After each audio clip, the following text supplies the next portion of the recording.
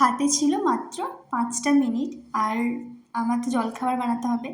তাই ও বলল যে তুমি প্যানকেকটা বানাও। বাড়িতে সমস্ত ইনগ্রিডিয়েন্টস ছিল, সেরকম তো কিছু লাগে না, তাই তাড়াতাড়ি পেঁয়াজ, ক্যাপসিকাম, টমেটো, লঙ্কা আর কয়েকটা রসুন, আর বাড়িতে কয়েকটা পেঁয়াজে সেই নল হয় সেটা ছিল, দিয়েছিলাম। না থাকলে স্কিপ করো, দরকার নেই।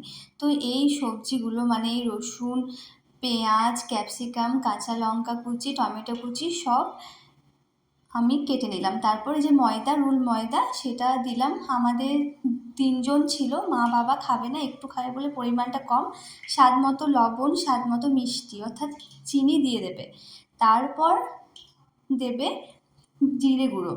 তোমরা এখানে কিন্তু গোলমরিচ গুঁড়ো ইউজ করবে। বোন খায় না ঝাল বলে আমি ওটা শেষে ইউজ করেছি। তারপর দেবে কাশ্মীরি লঙ্কার গুঁড়ো কালার হওয়ার জন্য, আর দেবে কি বলো তো, একটু রসুন আদা বাটা থাকলে দেবে, দিলে টেস্টটা বাড়ে। তারপর একটা ডিম আমি ফাটিয়ে দিয়েছি, তারপর দিয়েছি ওই সবজিগুলো দিলাম, তারপর দিলাম গরম মশলা। এরপর জল দিয়ে ভালো করে ব্যাটারটা বানিয়ে নিলাম। তোমরা যেভাবে গোলা রুটি, গোলা পিঠে বানাও সেরকমই ব্যাপার, কোনো ব্যাপার না। শুধু এই কাটাকাটি করতে যে 2-3 মিনিট সময় লাগে। তারপর একটা প্যান নেবে, ননস্টিক হলে খুব ভালো হয়। আগে আমার ননস্টিকের প্যানটা খুব বড় ছিল, ভালো হয়নি বলে তোমাদেরকে ভালোভাবে ডিটেলসে দেখাতে পারিনি। এটা কিন্তু ভীষণ খেতে ভালো হয়, মানে এত টেস্টি হয় কি বলবো। একবার বানিয়ে দেখো, সবসময় বাচ্চাদের ম্যাগি বা কিছু না দিয়ে এটা একদিন বানিয়ে দেখো। এটা খুব হেলদি আর খেতেও ভালো, টেস্টি। আর বাড়িতে ফ্রিজে চিজ ছিল, চিজটা থাকে, আমি চিজ দেওয়ার উপর আর একবার ব্যাটারটা দিয়ে দিলাম। তোমাদের যদি চিজ না থাকে স্কিপ করো, কোনো ব্যাপার না, তবে চিজ দিলে খেতে আরও দুর্দান্ত হয়।